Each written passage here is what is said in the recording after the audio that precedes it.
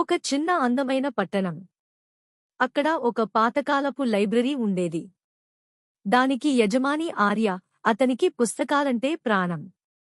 ఆ లైబ్రరీలో నిశ్శబ్దం, పాత కాగితాల వాసన, కిటికీ గుండా వచ్చే సూర్యకాంతి తప్ప మరేమీ ఉండేవి కావు. ఒక వర్షం కురుస్తున్న సాయంత్రం మీరా అనే అమ్మాయి ఆ లైబ్రరీలోకి వచ్చింది.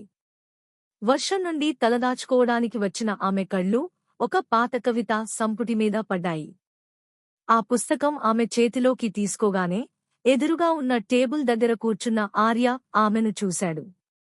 ఆ క్షణం సమయం ఆగిపోయినట్లు అనిపించింది. ఇద్దరి మధ్య మాటలు లేవు.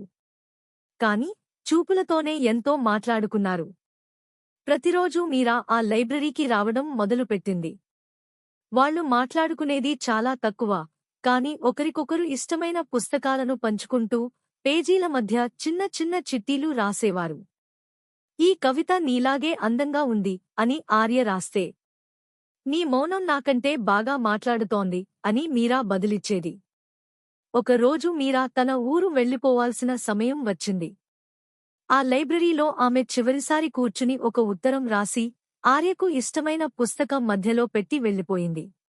ఆర్య ఆ పుస్తకం తీసి చూశాడు. అందులో ఇలా ఉంది: మనం మాట్లాడుకున్న మాటల కంటే మౌనంగా పంచుకున్న అనుభూతులే ఎక్కువ. నువ్వు ఇక్కడే ఉండు.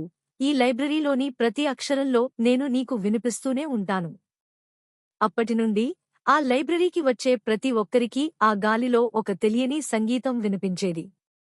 దూరంగా ఉన్నా వారి మనసులు ఆ అక్షరాల సాక్షిగా ఎప్పటికీ ఒకే రాగాన్ని పాడుకుంటూనే ఉన్నాయి. ఈ కథ మీకు నచ్చినట్లయితే తప్పకుండా లైక్ చేయండి. మరిన్ని ఆసక్తికరమైన రొమాంటిక్ మరియు ప్రేమ కథల కోసం మా ఛానల్ని ఇప్పుడే సబ్స్క్రైబ్ చేసుకోండి.